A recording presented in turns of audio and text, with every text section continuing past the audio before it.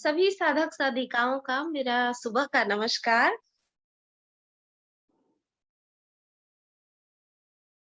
इसी आसन की श्रृंखला में आगे बढ़ते हैं।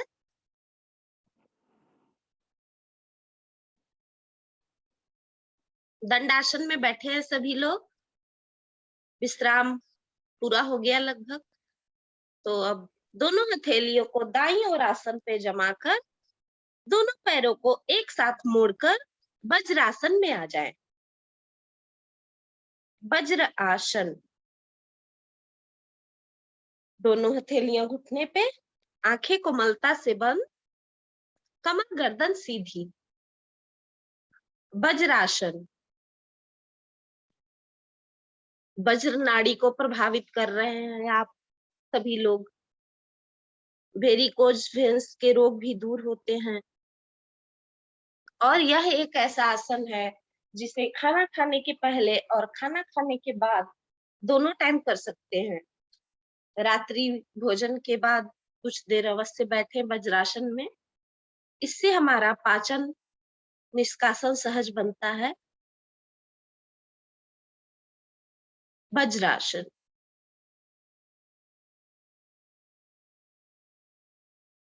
अगला आसन आता है, वज्रासन का आसन है उष्ट्र आसन। उष्ट्र आसन के लिए आप सभी लोग घुटने के बल खड़े हो जाएं। दोनों घुटनों में कंधों जितनी दूरी, दोनों पैर समानांतर, पंजे लेटे हुए, दोनों हाथ कमर पे लेकर आए। अंगूठा रीढ़ पे, चारों अंगुलियां आगे की तरफ। रीढ़ की गोटी को दबाएं। अब श्वास भरें, अच्छे से श्वास भर लें और कमर के पीछे झुकते जाएं। यथाशक्ति झुकेंगे, मैक्सिमम झुके, लेकिन अपनी क्षमता का भी ध्यान रखेंगे। और जो साधक साधिकाएं हाथ को छोड़ सकते हैं वो एक एक करके हाथ से तलवे को पकड़ने का प्रयास करें। पूर्ण स्थिति में हमारी रीढ़ अधिक से अधिक मुड़ जाती है, परंतु आगे वाले दोनों जंघाओं को खींच कर रखेंगे आगे की तरफ, पीछे नहीं मुड़ने दे उन्हें। अब श्वास सामान्य करके थोड़ी देर इसी अवस्था में रुकेंगे, कम से कम 20 सेकेंड। अब बहुत धीरे धीरे हमें वापस आना है। एक एक हाथ को लाएं पहले कमर पे, दोनों हाथ कमर पे, और फिर वज्रासन में बैठ जाए। श्वासें सामान्य कर लें और इस आसन के प्रभाव को महसूस करें। कहाँ कहाँ कौन से जगह हमारे शरीर को प्रभावित किया इसने। उष्ट्रासन। बहुत लाभ है इसके।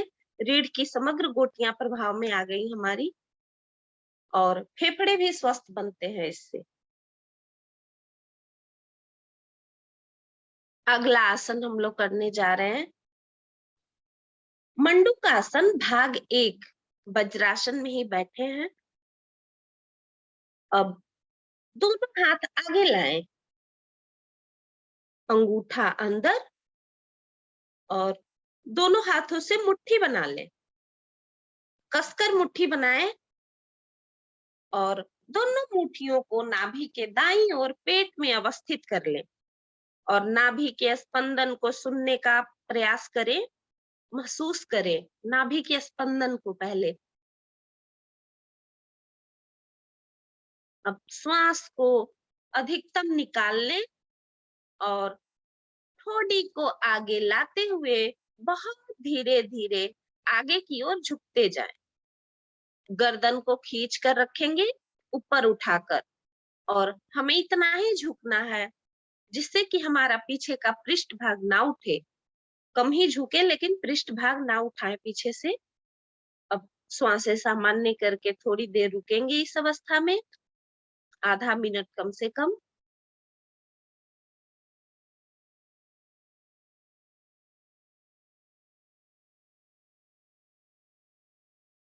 अब श्वास भरते हुए बहुत धीरे धीरे वापस आए, गर्दन को उसी तरह से खींच कर लाएंगे। मधुमेह के रोगियों के लिए बहुत अच्छा आसन है ये, नाभि के दोष भी दूर होते हैं।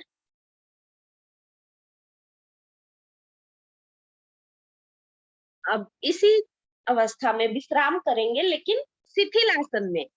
दोनों भुजाओं को आगे की ओर और पैर पीछे की तरफ करते हुए दाएं कान से शिथिल आसन। दाया कान आसन पे, दाया पैर, दाई भुजा सीधी, बायां हाथ बायां पैर 90 डिग्री पे मुड़ा हुआ। बाएं पैर की एड़ी दाएं घुटने के साथ स्पर्श करता हुआ, कंधे बिल्कुल ढीले, दोनों फेफड़े आसन पे। 3 बार गहरा श्वास लें और छोड़ दें।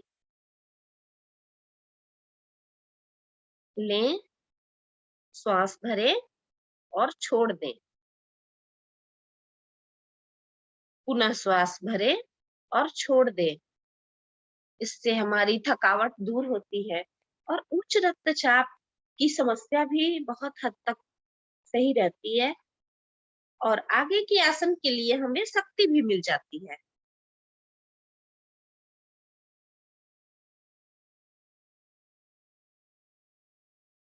विश्राम पूरा हुआ। अब अगला आसन के लिए हम लोग तैयारी कर रहे हैं, तिर्यक भुजंग आसन के लिए। तो जिन्हें पेट का हर्निया हो, अल्सर की शिकायत हो या पेट की कोई सर्जरी हुई हो, वे इस आसन को ना करें, बाकी सभी लोग करेंगे। आप सभी लोग पेट के बल लेटे हुए हैं, एड़ी पंजे मिला लीजिए,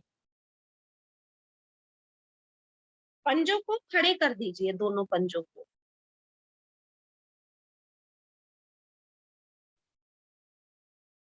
दोनों हथेलियों को कंधे के दाएं बाएं आसन पे अवस्थित कर लें, जमा लें, कोहनियों को भी खड़ी कर लें। स्थिति बन गई सभी की। बहुत ईमानदारी से करेंगे। अब हथेलियों और पैर की अंगुलियों पे भार देते हुए धड़ वाले भाग को ऊपर उठाएं, श्वास भरते हुए उठाएं, जिससे कि दोनों भुजाएं हमारी सीधी हो जाएं। बिल्कुल इतना उठना है कि दोनों भुजाएं सीधी हो जाए बिल्कुल। भुजंगासन की पूर्ण स्थिति, सिर पीछे की तरफ ही मुड़ी हुई रहेगी, खींची हुई रहेगी, जिससे कि हमारा सर्वाइकल वाला भाग भी प्रभावित होगा। अब श्वास भरते हुए धीरे धीरे गर्दन को दाईं ओर घुमाएं और दाईं एड़ी को देखने का प्रयास करें। हालचाल ले लें जरा इनकी। अब धीरे धीरे मध्य में पुनः बाईं ओर घुमाएं, बाईं एड़ी को भी देख लें।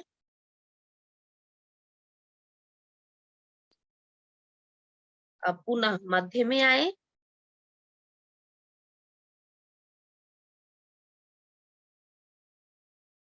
इसी आवृत्ति को एक बार पुनः दोहरा लेंगे।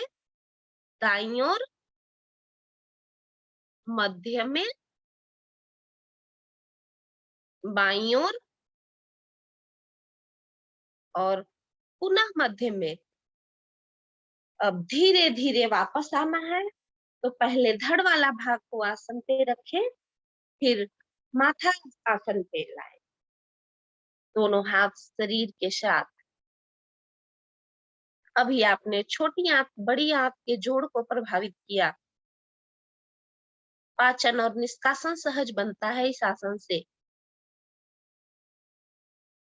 अब शिथिल आसन में विश्राम करेंगे, लेकिन बाईं ओर से। बाईं ओर से शिथिल आसन ले लीजिए। बायां कान आसन पे, बायां पैर बाईं भुजा सीधी, दायां हाथ दायां पैर 90 डिग्री पे मुड़ा हुआ, दोनों फेफड़े आसन पे। गहरा लंबा श्वास भरे और छोड़ दें। श्वास भरे और छोड़ दें। पुनः श्वास भरें, 3 बार कर लीजिए। इससे निम्न रक्तचाप की समस्या दूर होती है हमारी। अब दाईं करवट लेते हुए आ जाएंगे पीठ के बल।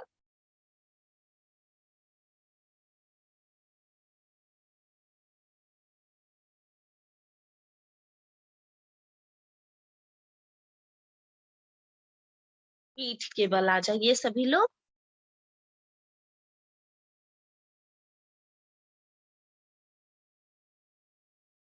अब इसी में अगला आसन हम लोग करने जा रहे हैं। बस एक आसन करेंगे पीठ के बल का, सेतु बंध आसन, कंधरासन भी कहते हैं इसे। पीठ के बल लेते हैं सभी लोग।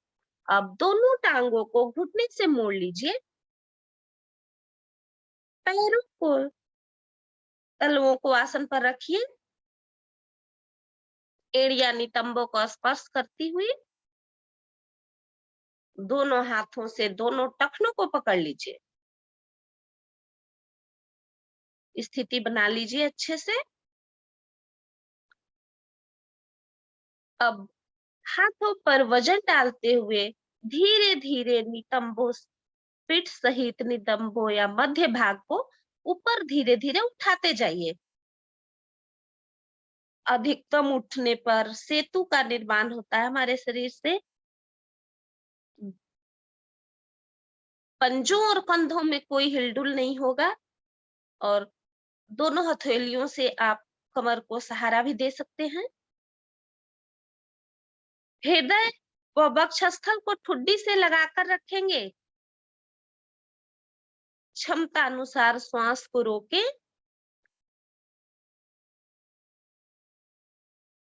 और यदि ना रुका जाए तो श्वास छोड़ते हुए धीरे धीरे मध्य भाग को आसन पर लेकर आएं। दोनों टांगे सीधी कर लें, हाथ शरीर के साथ। कंधों व पीठ के दर्द में बहुत आराम मिलता है इससे। रीढ़ की हड्डियां एक सीधी रेखा में आ जाती है। पेट के अंगों की भी मालिश होती है। श्वसन नली व थायराइड संबंधी विकार भी दूर होते हैं इससे।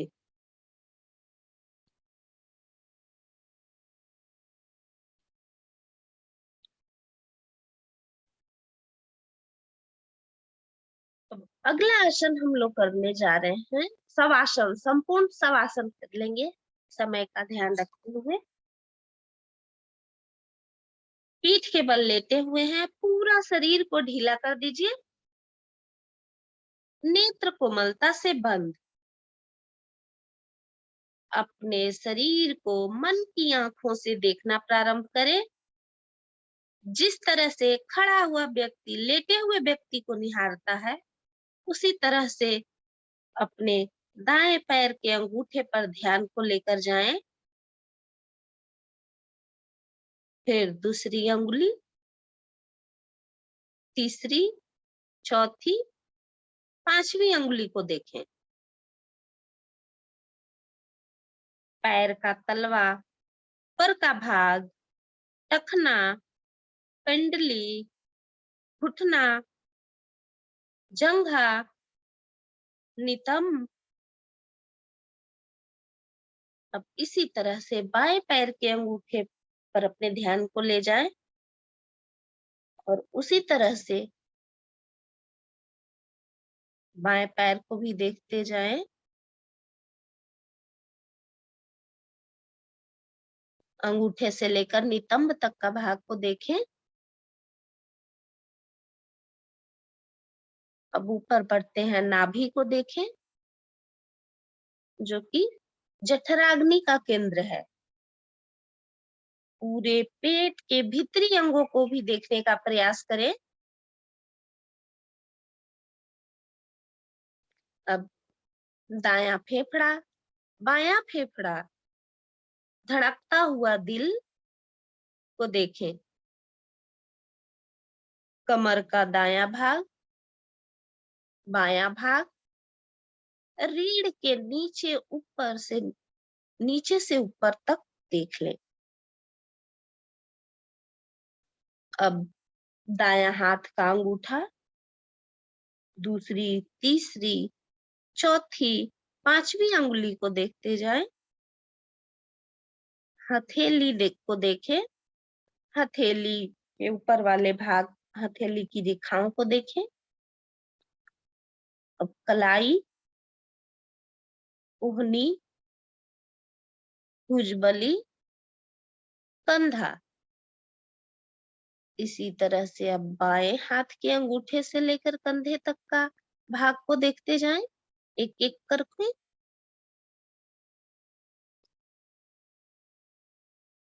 अब कंठ को देखें। विशुद्धि चक्र होता है जिसपे के पीछे ठोडी, हमारे दांत, जिह्वा, दायां नासा छिद्र, बायां नासा छिद्र को देखें। दोनों कान को देखें। दोनों आंखों पे ध्यान को लेकर जाएं। दोनों भवें, तिलक या बिंदी लगाने वाला स्थान जिसके पीछे आज्ञा चक्र होता है, यहाँ कपाल को देखें। सहस्त्रार्थ चक्र पे इसी तरह से कपाल से लेकर फिर पैर के अंगूठे तक का एक एक अंग का ध्यान को वापस लेकर आए और पूरे अंग को शिथिल कर ले। एक एक करके पूरे अंग को शिथिल करते जाएं।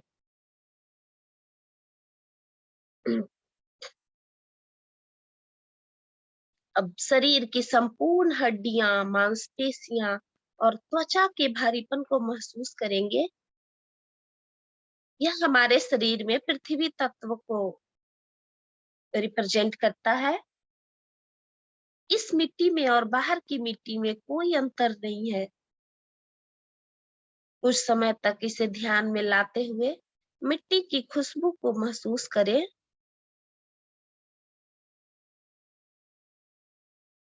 अब शरीर के अंदर की नस नाड़ियों में बहते हुए रक्त का ध्यान करेंगे। यह हमारे शरीर में जल तत्व को प्रेजेंट करता है।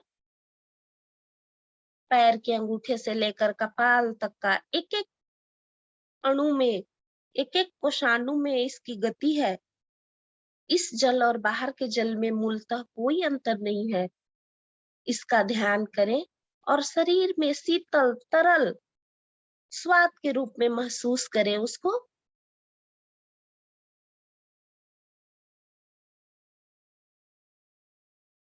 अब उस उष्णता का भी ध्यान करेंगे जो कि हमारी समग्र नस नाड़ियों में व्याप्त है।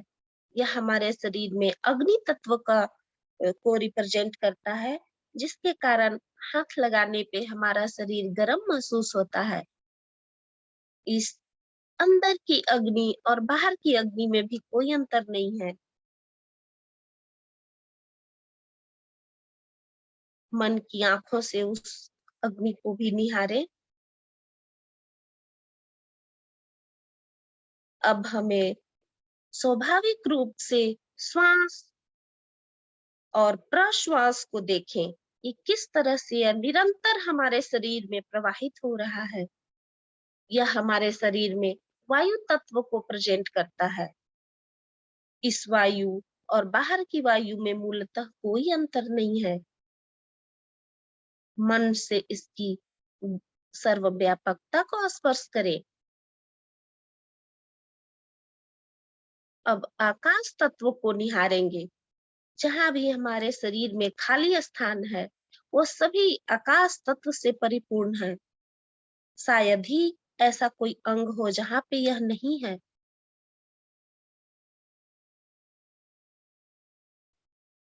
इसका गुण और इसकी सर्वव्यापकता पर अंतर्दृष्टि केंद्रित करें और अंतर्ध्वनि को सुनने का प्रयास करें।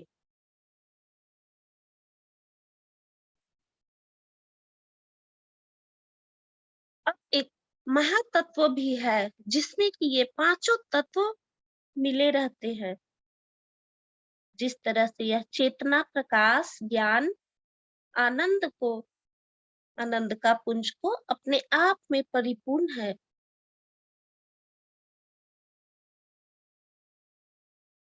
वे सब इसमें हैं और इससे हैं।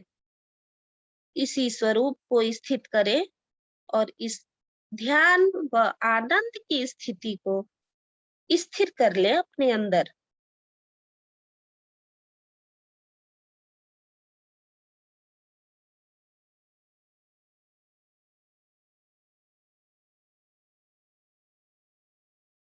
अब श्वास प्रश्वास को थोड़ी देर देखेंगे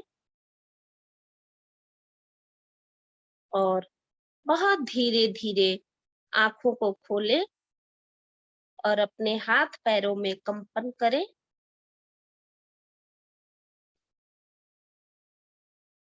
और आसन पे दोनों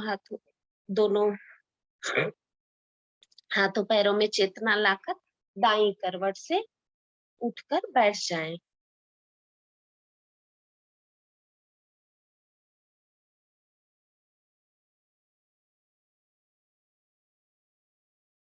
सभी लोग आसन पे बैठ जाएं।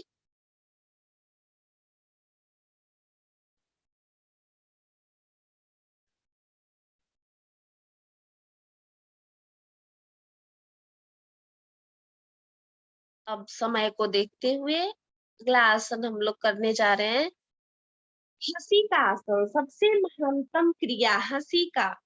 तो सबसे पहले सभी लोग अपने चेहरे पे मुस्कान लाएं। सभी का चेहरा खिला हुआ और सुखासन में बैठकर जैसे भी जिसको जिस तरह से हंसना है, बिल्कुल फ्री हैं आप, जैसे भी हंस सकते हैं, कैसे भी। तो शुरू करें धीरे धीरे।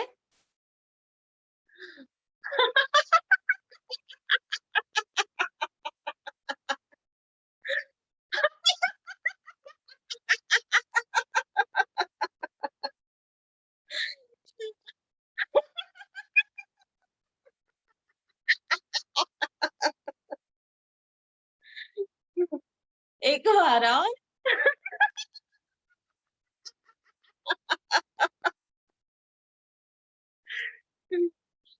और शांत शांत हंसता हुआ चेहरा सभी को पसंद होता है। अब इसी तरह से आप लोग हमेशा हंसते और मुस्कुराते रहें, ऐसी हमारी भगवान से विनती है, प्रार्थना है। बहुत बहुत सभी का बहुत बहुत धन्यवाद, बहुत बहुत आभार। आगे की क्रिया निर्देशानुसार। धन्यवाद सर। धन्यवाद जी होली जी, बहुत बहुत धन्यवाद आपका। बहुत सुंदर साधना और विशेष रूप से शवासन का अभ्यास बहुत सुंदर कराया आज आपने, पूरा आनंद आया। धन्यवाद। आगे बढ़ते हैं।